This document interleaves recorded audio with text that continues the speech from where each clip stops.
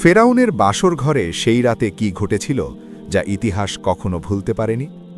সে ছিল পৃথিবীর সবচেয়ে শক্তিশালী রাজা, নিজেকে দাবি করত খোদা বলে।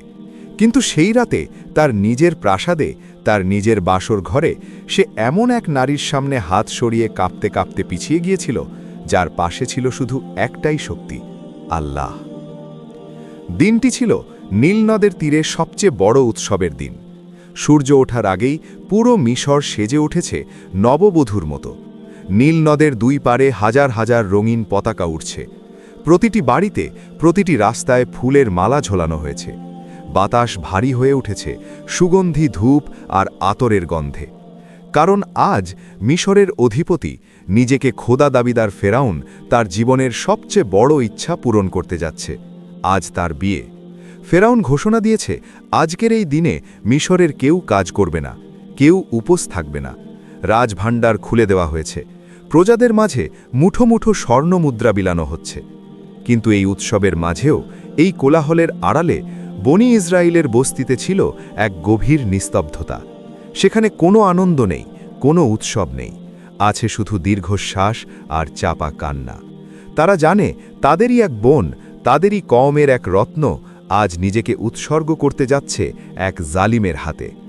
বনি ইসরায়েল বস্তির এক কোণায় মোজাহিমের ছোট্ট ঘরটি আজ ঘিরে রেখেছে ফেরাউনের বিশেষ প্রহরীরা। ঘরের ভেতরে দাসীরা আসিয়াকে সাজাতে ব্যস্ত। তারা আসিয়ার জন্য রাজপ্রাসাদ থেকে নিয়ে এসেছে পৃথিবীর সবচেয়ে দামি রেশমি পোশাক, হীরা মুক্তার গহনা এবং সুগন্ধি তেল। দাসীরা যখন আসিয়ার চুলে সুগন্ধি মাখাচ্ছে, তখন আসিয়া পাথরের মতো স্থির হয়ে বসে আছেন। তার চোখে কোনো পলক নেই, মুখে কোনো কথা নেই। আয়নায় তিনি নিজের প্রতিবিম্ব দেখছেন, কিন্তু তার মনে হচ্ছে তিনি কোনো জীবন্ত লাশ দেখছেন। তার মা পাশেই দাঁড়িয়ে অঝরে কাঁদছেন। মা এসে আসিয়ার কপালে চুমু খেলেন, কান্নাজড়িত কণ্ঠে বললেন, মারে, আজ তোকে রানীর মতো লাগছে, কিন্তু আমার বুক ফেটে যাচ্ছে। আমি তোকে ওই শয়তানের ঘরে পাঠাতে চাইনি। আল্লাহ কেন আমাদের এমন পরীক্ষায় ফেললেন? আসিয়া মায়ের হাত ধরে শান্ত কণ্ঠে বললেন, মা, তুমি কেঁদো না। আমি তো নিজের সুখের জন্য যাচ্ছি না। আমি যাচ্ছি আমার বাবাকে বাঁচাতে, আমার কওমের হাজার হাজার মাসুম শিশুকে বাঁচাতে। আল্লাহ যদি আমাকে এই ত্যাগের জন্য কবুল করে থাকেন, তাহলে আমি কেন কাঁদব? আমার দেহ হয়তো ফেরাউনের প্রাসাদে যাবে, কিন্তু আমার মন, আমার রূহ সব সময় আমার রবের কাছেই থাকবে। তোমরা শুধু দোয়া করো, আল্লাহ যেন আমার ইজ্জত রক্ষা করেন। বাইরে তখন হামানের রাজকীয় রথ এসে দাঁড়িয়েছে। শত শত বাদ্যযন্ত্র বাজছে। আসিয়াকে ঘর থেকে বের করার সময় হলো। মুজাহিম দরজার সামনে দাঁড়িয়ে আছেন। তার পা চলছে না। তিনি মেয়েকে জড়িয়ে ধরে হাউমাউ করে কেঁদে উঠলেন। তিনি বললেন, মা আসিয়া, আমাকে মাফ করে দিস। আমি বাবা হয়েও তোকে রক্ষা করতে পারলাম না। আমি তোকে বাঘের মুখে ঠেলে দিচ্ছি। আমি বড় অসহায়। আসিয়া বাবার চোখের পানি মুছে দিয়ে বললেন, বাবা, আপনি অসহায় নন, আমাদের সাথে আল্লাহ আছেন। হযরত ইউসুফ আলাইহিস সালাম কি মিশরের কারাগারে ছিলেন না? আল্লাহ তাকে রক্ষা করেননি? হযরত ইব্রাহিম আলাইহিস সালাম কি নমরুদের আগুনে ছিলেন না? আল্লাহ তাকে রক্ষা করেননি? সেই একই আল্লাহ আমাকেও ফেরাউনের হাত থেকে রক্ষা করবেন। আপনি চিন্তা করবেন না। আসিয়া ধীর পায়ে রথে উঠলেন। রথ চলতে শুরু করল।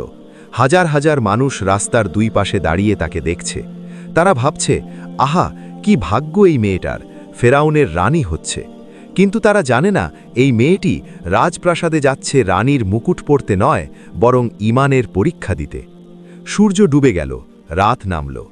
ফেরাউনের রাজপ্রাসাদের সবচেয়ে উঁচুতে নীল নদের দিকে মুখ করা একটি বিশেষ কামরাকে বাসর ঘর হিসেবে সাজানো হয়েছে। এই ঘরটি সাজানোর জন্য ফেরাউন গত 1 মাস ধরে হাজার হাজার কারিগর নিয়োগ করেছিল। ঘরের দেওয়ালগুলো খাঁটি সোনায় মোড়ানো, মেঝেতে বিছানো পারস্যের গালিচা, ছাদ থেকে ঝুলছে হাজারো স্ফটিকের ঝাড়বাতি। ঘরের 4 কোণায় সুগন্ধি ধূপদানি, আর ঘরের ঠিক মাঝখানে রাখা হাতির দাঁত আর সোনার তৈরি বিশাল পালঙ্ক।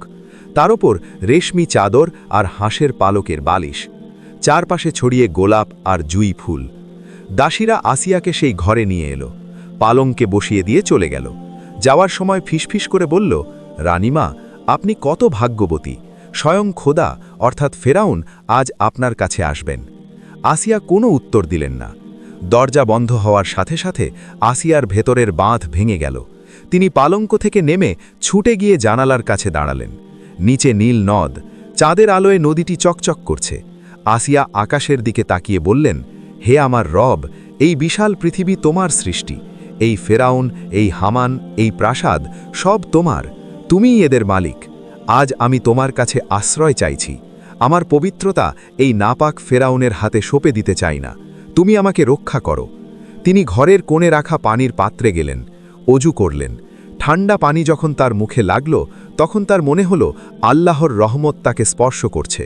তিনি ওড়না বিছিয়ে জায়নামাজ তৈরি করলেন, নিয়ত বাঁধলেন, সালাতে দাঁড়িয়ে গেলেন।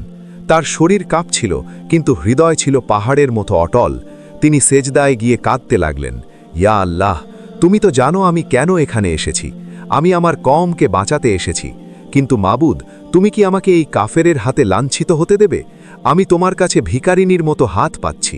আমার আর এই জালিমের মাঝখানে তুমি পর্দা ফেলে দাও।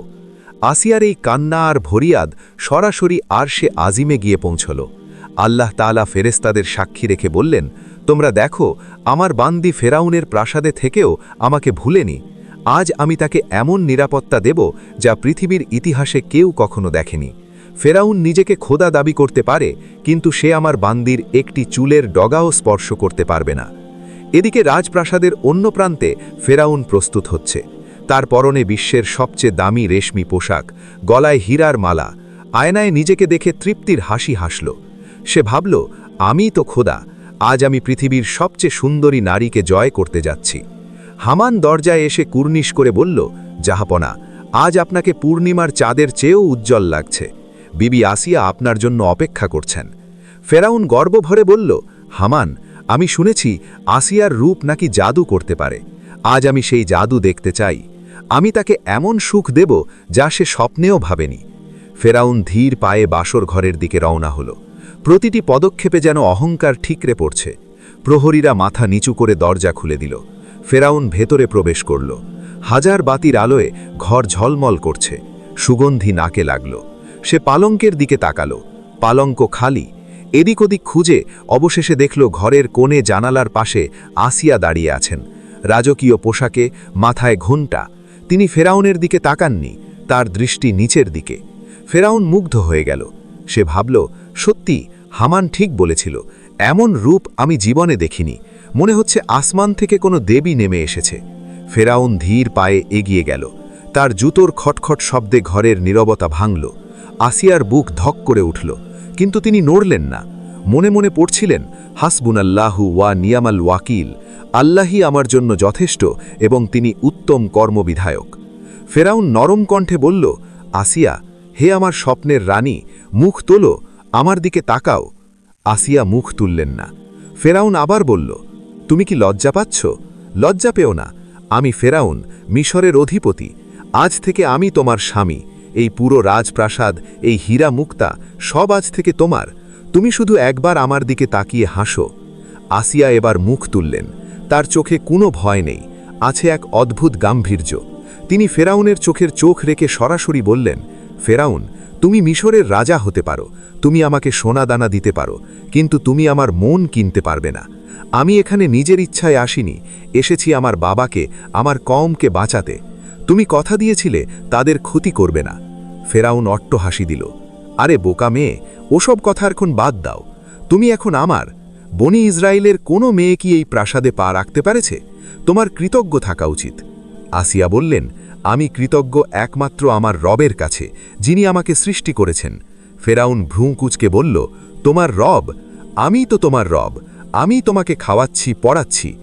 আসিয়া ঘৃণাভরে মুখ ফিরিয়ে বললেন, না, তুমি রব নও, তুমি একটি মানুষ, তুমিও একদিন মারা যাবে। আমার রব আল্লাহ, যিনি কখনো মরেন না। ফেরাউন আসিয়ার কথায় আর গুরুত্ব দিল না। তার মাথায় তখন কামনার নেশা। সে বলল, ঠিক আছে, তোমার যা ইচ্ছা বলো, কিন্তু এখন তুমি আমার, এসো। ফেরাউন হাত বাড়িয়ে দিল, আসিয়াকে বুকে টেনে নিতে চাইল। আসিয়া ছিটকে সরে গেলেন, দেয়ালের সাথে পিঠ ঠেকিয়ে চিৎকার করে বললেন, খবরদার ফেরাউন, আমাকে স্পর্শ করার চেষ্টা করবে না। ফেরাউন রেগে বলল, তুমি আমার স্ত্রী, তোমাকে স্পর্শ করার অধিকার আমার আছে, তুমি আমাকে বাধা দিতে পারো না। ফেরাউন জেদ ধরে এগিয়ে আসতে লাগল। আসিয়া বুঝলেন কথায় কাজ হবে না, চোখ বন্ধ করলেন। মনে প্রাণে ফরিয়াদ করলেন, হে আল্লাহ, তুমি কি দেখছ না এই জালিম আমার দিকে আসছে? তুমি তোমার ওয়াদা পূরণ করো, এক্ষুনি রক্ষা করো। ফেরাউন তখন একদম কাছে, তার হাত আসিয়ার কাঁধের দিকে বাড়ল। সে আসিয়াকে জাপটে ধরতে ঝাঁপিয়ে পড়ল। ঠিক সেই মুহূর্তে এক অলৌকিক ঘটনা ঘটল। ফেরাউনের হাত যখনই আসিয়ার কাছে গেল, সে প্রচণ্ড তাপ অনুভব করল। মনে হলো কেউ তার হাতে জ্বলন্ত কয়লা চেপে ধরেছে। ফেরাউন চিৎকার করে হাত সরিয়ে নিল। হাতটা লাল হয়ে গেছে, কিন্তু কোনো আগুন নেই। সে অবাক হয়ে গেল, ভাবল, না, আমি ভয় পাব না, আমি খোদা, আমি সব পারি। সে আবার হাত বাড়াল। এবার পরিস্থিতি আরও ভয়ঙ্কর হয়ে উঠল। তার পুরো হাত পাথরের মতো ভারী হয়ে গেল। আঙুলগুলো নাড়াতে পারছে না। কবজি থেকে কাঁধ পর্যন্ত অবশ। তার বুকের ভেতর ধরফর করতে শুরু করল। শ্বাস আটকে আসছে, মনে হচ্ছে কেউ গলা টিপে ধরেছে। সে হাঁপাতে হাঁপাতে চিৎকার করে উঠল, এ কি হচ্ছে আমার? আসিয়া, তুই কি করছিস? আমি নড়তে পারছি না কেন? আসিয়া তখনও শান্তভাবে দাঁড়িয়ে, তার ঠোঁটে আল্লাহর নাম।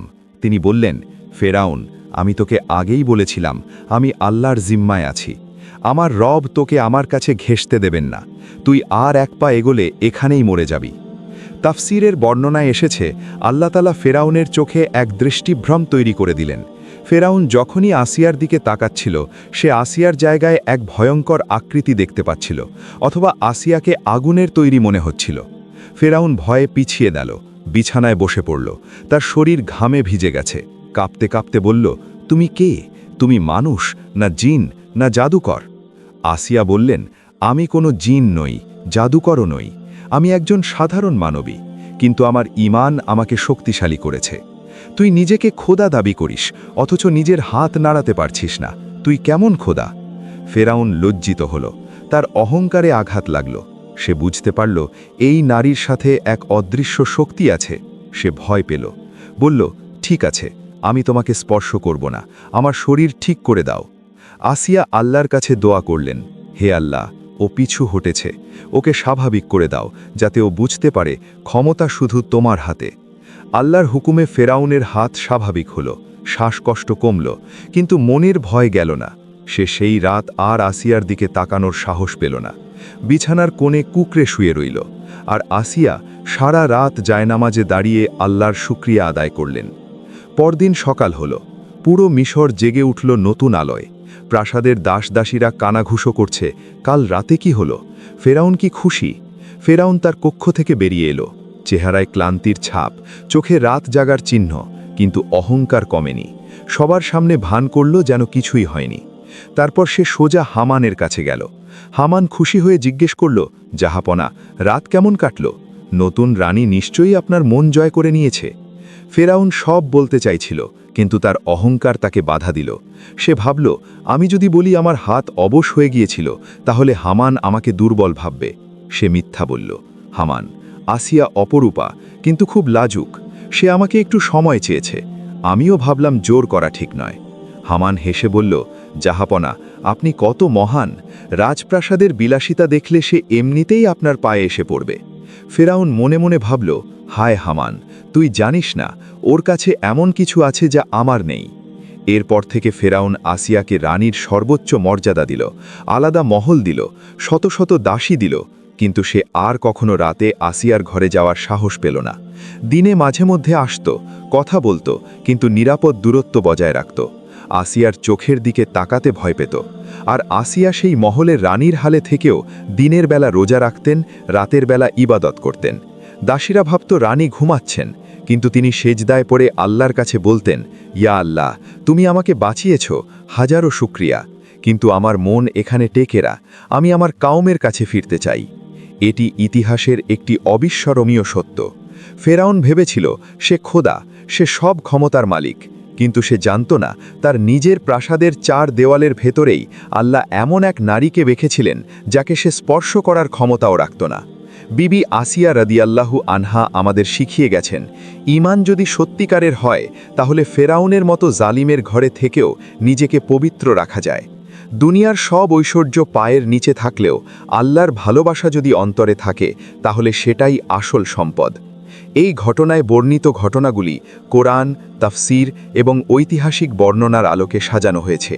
বিবি আসিয়া যে ফেরাউনের স্ত্রী ছিলেন এবং তিনি আল্লাহর কাছে জান্নাতে ঘর চেয়েছিলেন তা সূরা আত-তাহরিম আয়াত 11তে স্পষ্টভাবে উল্লেখ করা হয়েছে। আল্লাহ বলেছেন, আল্লাহ মুমিনদের জন্য ফেরাউনের স্ত্রীর দৃষ্টান্ত বর্ণনা করেছেন, যখন সে বলেছিল, হে আমার রব, আমার জন্য তোমার কাছে জান্নাতে একটি ঘর বানাও এবং আমাকে ফেরাউন ও তার দুষ্কর্ম থেকে মুক্তি দাও। এই ঘটনা তাফসিরে কুরতুবি, তাফসিরে মাজহারি এবং আল বিদায়া ওয়া নিহায়া অর্থাৎ ইমাম ইবনে কাসির রাহিমাহুল্লার গ্রন্থে ইসরায়েলি রেওয়ায়াত হিসেবে উল্লেখ করা হয়েছে। হজরত ইবনে আব্বাস রাদিয়াল্লাহু আনহু থেকেও এমন বর্ণনা পাওয়া যায়। আল্লাহ আমাদের সবাইকে বিবি আসিয়ার মতো অটল ঈমান দান করুন, আমিন। যদি এই কোরআনিক কাহিনী আপনার ভালো লেগে থাকে তাহলে একটা লাইক করুন এবং পরবর্তী ভিডিও কোন কাহিনীর ওপর দেখতে চান তা কমেন্ট করুন এবং পরবর্তী ভিডিও সবার আগে দেখার জন্য চ্যানেলটি সাবস্ক্রাইব করে বেল বাটনটি বাজিয়ে রাখুন।